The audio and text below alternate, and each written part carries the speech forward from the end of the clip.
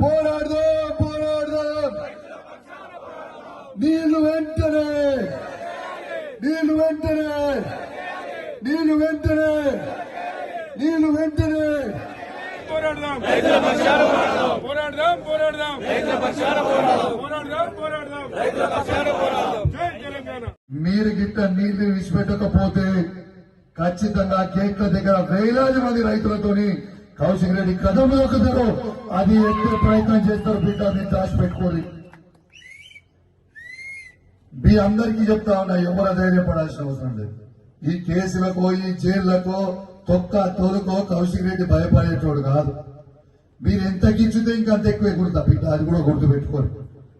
నేనేమి భయపడేటోని కాదు, నేనేమి మీ బెదిరింపులకి భయపడేటోళ్ళం కాదు. మీరు ఏదో చేస్తామంటే ఇంకా భయపడేటోళ్ళం కాదు, ఇంక ఎక్కువ మాట్లాడేటోళ్ళం తప్పితే తక్కువ మాట్లాడేటోళ్ళం కాదని చెప్పి బయటికి వెళ్ళి ఇలా రైతుల పక్షాన ఇలా పొలాలంటే తిరుగుతూ ఉంటే రేవంత్ రెడ్డి గారు సరదాగా ఐపీఎల్ మ్యాచ్ చూస్తా ఉన్నాడు స్టేడియం.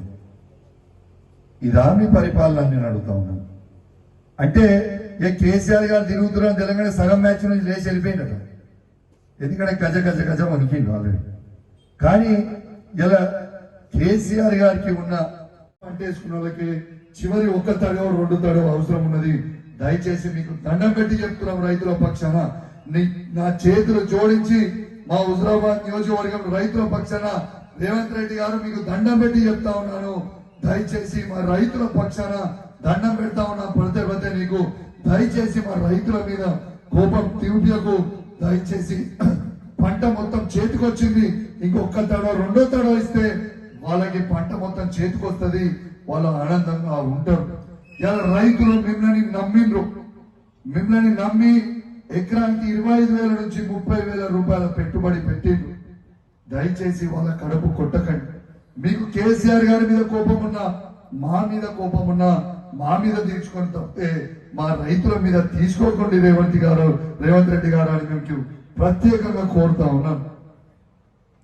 మీరు ఎటు పరిస్థితిలో నీళ్లు ఇస్తారని పూర్తి నమ్మకం విశ్వాసంతో పోతున్నా.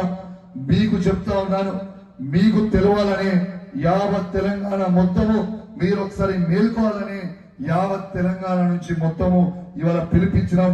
ఇలా మా కేసీఆర్ గారి నాయకత్వంలో మేమందరం కూడా బాజాప్తు పిలుపునిచ్చినాం. కాబట్టి మీరు దయచేసి నీళ్లు ఇవ్వాల్సిందిగా మిమ్మల్ని నేను కోరుతా ఉన్నాను.